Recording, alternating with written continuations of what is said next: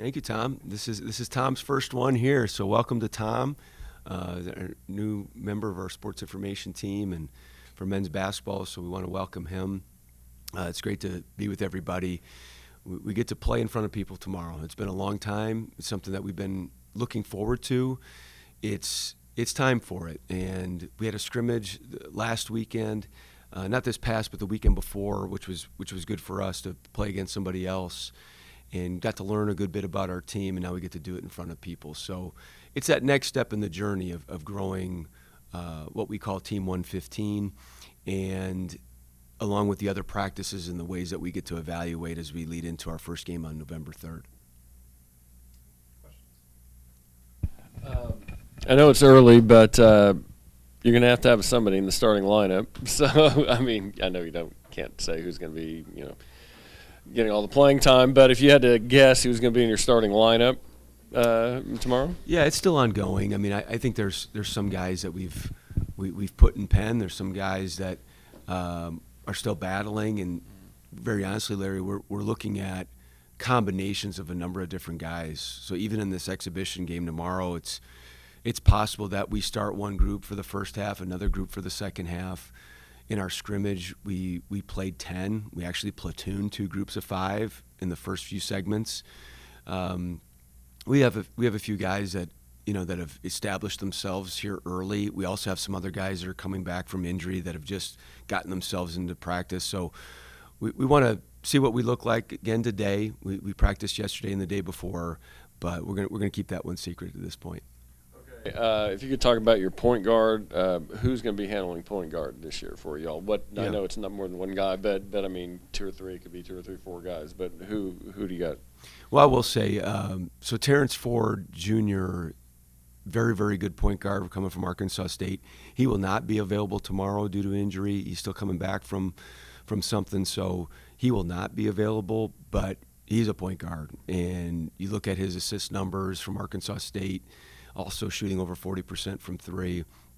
Other guys that we're looking to handle the basketball would be Tylen Riley, junior from Cal Baptist, and also freshman Jalen Lawal. But then the way that we're looking to play, we're really trying to play with some tempo and pace. We're trying to have some positionless type entries where a number of guys can be what we call pushers to get the ball up the floor. But when it comes to running a couple of the after timeouts or set plays after dead balls, tomorrow we're going to be relying a lot on Tylen Riley, Jalen Lawal, and then even Leon Sifferlin, our freshman from France.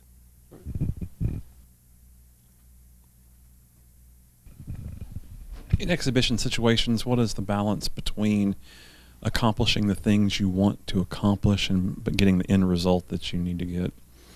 It's a great challenge because there is a different mode, and you see all this. There was a game on ESPN last night, an exhibition game, and you always want to win. You just can't help but the feeling of we want to win this game.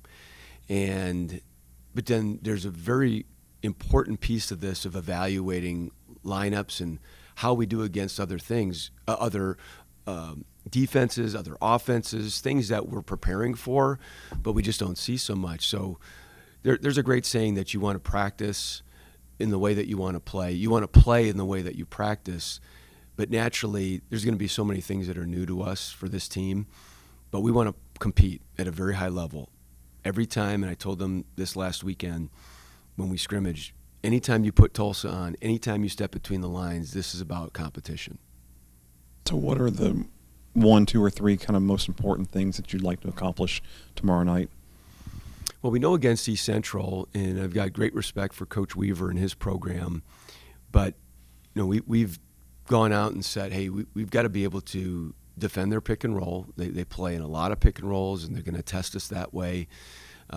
We've got to be able to handle it at the point of attack. We've got to handle it in our protection plans behind it. So this is going to be a great test for that, and we've talked about that. We've got to be able to guard the 3. They're a team that shoots the 3 at all 5 positions at times, and this will be a great test. These are those types of games where a team rolls out and they might have a 6'6" 5-man and he's just ripping it from 3. We've got to be able to guard it even with our 5s. And then third, we've we really want to see our offense come to life against somebody else with the type of pace and attacking that we want, and then also the type of actions that we want to get into after that. So really those three areas. A year ago in your exhibition game, you had to bank in a 30-footer to go to overtime and then win. So, I mean, it's not like these guys that come in are ham and eggers. They're guys that really are energized to try and beat you, right? Oh, without a doubt. And I told our team this yesterday, that anytime you play an exhibition team of a Division II or non-Division I team, or even a Division I team, there is you have to have an understanding that these players want to prove that they're really good too, and they are good. They're on scholarship. They're competitive. They've got a new team that they're putting together. They're going to be organized. They've got a checklist of things that they want to accomplish. But in the end, this is about competition, and we're going to get East Central's very best shot. We know that that's coming, and that's why we've set out and treated this like a very real game. Of course, there's not a ton of information out there from video or things. They've got a brand new team too, so it's taking their pieces and knowing what those pieces do well. But again, these are great opportunities to play in front of people. There's a choice, right? You could play 2 closed-door scrimmages. You can gain a lot from that. But I find a lot of value in getting this one under our belt, playing in front of people, under the lights, going through our full game day routine, and playing against another team that is ready to go. Coach, last time we had a press conference a couple of weeks ago, I guess, what do you know about your team now that you didn't know then, perhaps? What have you learned the last couple of weeks in practice? Well, I've seen a lot of competition from this group. That's been consistent even from the summer. Having the closed door scrimmage, I guess 9 days ago, was really good information for us, and I saw a number of things that we need to work on too. But I think that there's a versatility among this group, and at a number of different spots, and guys that we can count on doing some different things to help complement each other is becoming more prevalent and more consistent, and that's good to see, and we want to keep pushing that. So I guess a cheat sheet. I'm still trying to remember everyone's name. There's so many new faces. But on something that you just said right there, you put this roster together to be versatile and also switchable. Have you seen elements of both of those so far? And I know it's very early, and you'll learn more the further that you get in. But those were two, I think, pretty key elements. It's been our intent for sure, and our entire game plan in the way that we've practiced is how can we be switchable and versatile both offensively and defensively? How can we have multiple guys push the basketball? How can we attack first and then get into action? I feel like we have more shooting, especially 1 through 4, but sometimes 1 through 5, especially with Tyler Barron. And then defensively, just looking at within our man-to-man, how can we be a little bit more disruptive than what we've been? How can we use switching as a weapon, not just to contain, but also to disrupt? And then within that, still protecting the paint, defensive rebounding. And the way that we looked at putting this roster together was finding a lot of guys that were very physically ready and stout. I think the American is such a good league. I think it's such a physical league. So on our 15-man roster, having still just 4 to 5 guys, we got a guy teetering on that 200-pound mark, but just having a physical presence about us was important, and we want to play that way. Sifferlin, who comes in from France, what's his adjustment like from playing a European style to coming and having the American college basketball style? How has that been so far? So it's funny you say that or ask, because he's had so many moments in practice, like for example, in things you don't even think of, because we're playing a scrimmage situation, and his team is the defensive rebounder at the free throw line, right? And in FIBA, you can have 2 guys near the basket, 1 on each side. Then it's the free throw shooting team, and then you can only have 1 guy on the other side to get the shooter. Whereas in American college basketball, you can have an additional player. So one of his teammates were like, Lee, jump in here. And he's like, no, I can't do that. He had no idea. Like the changes in rules. Of course, he knows that we're playing two halves. Of course, we're on a 30-second clock rather than 24. But that nuance was different. Outside of that, I think the big change, and he would say this, is just some of the physicality. However, he played some minutes in the top division in France for Borg. He has seen some things. He's played at a high level of under 19 with France and FIBA. He is very skilled. He's come here to really develop his strength. He's gotten to 200 pounds. I use the phrase 91 kilos, so it's, again, something that he understands even better. But he's working really hard, and we're happy he's here. Riley is a guy that got an opportunity at Cal Baptist because of injury, correct? And then kind of took that spot and ran with it a little bit. So that's someone that has some experience from that front. What else do you like about him in the combo guard kind of presentation that he brings to the table? Yeah, you're exactly right, Pop. He took advantage of an opportunity in the spring, and now looking to do it at a higher level and have even more opportunity. And we look at him as a true combo guard.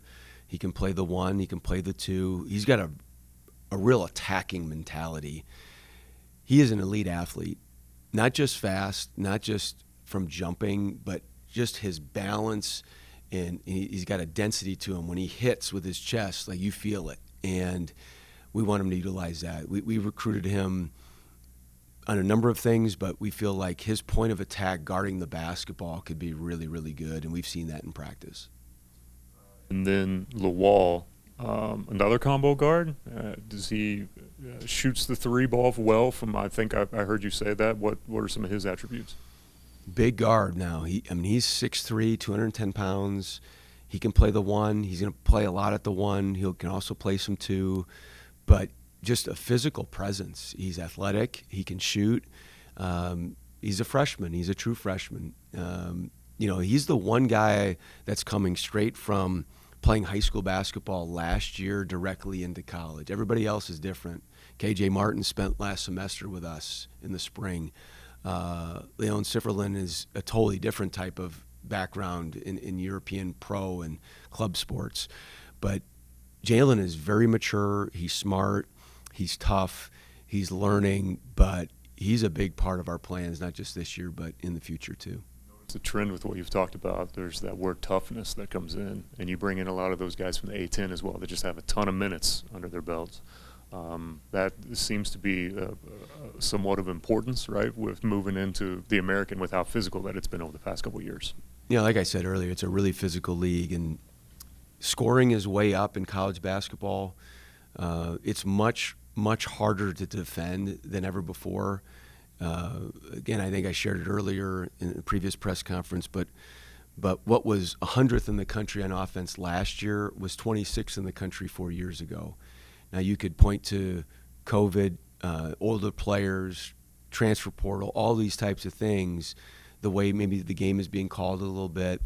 But to defend in this league, just have seen it now for a couple years, you've got to be physical, you've got to be stout, you've got to have a way of being different a little bit too. And we're trying to satisfy all those things. But we've got a strong team. We've got a physical stature about us. Of course, we've got a long ways to go in the nuances of how we want to play and the scouting reports that come from each team that we compete against. But I like the pieces. Just to piggyback off of that, you said at the end of last year the program must get better defensively. Got to get better defensively. And I sensed through practice that you are really intentional about the intensity on defense and the time you work on the defensive side of the ball. Is that fair? Absolutely, Bruce. I mean, we do, and we illustrate this even in the summertime. If you look at all the 31 leagues, and of course some leagues have way more teams in it than others. There's anywhere from 8 teams in a league to 18 teams in a league. But 85% of the time, the regular season champion finishes in the top 1, 2, or 3 in the league defensively. And so those are odds we would like to play with. And so it's something we talked about in week 1. In our first workout as a team, we started installing some of our defensive principles. And then, of course, there's just a lot of blood, sweat, and tears that come into defending and rebounding.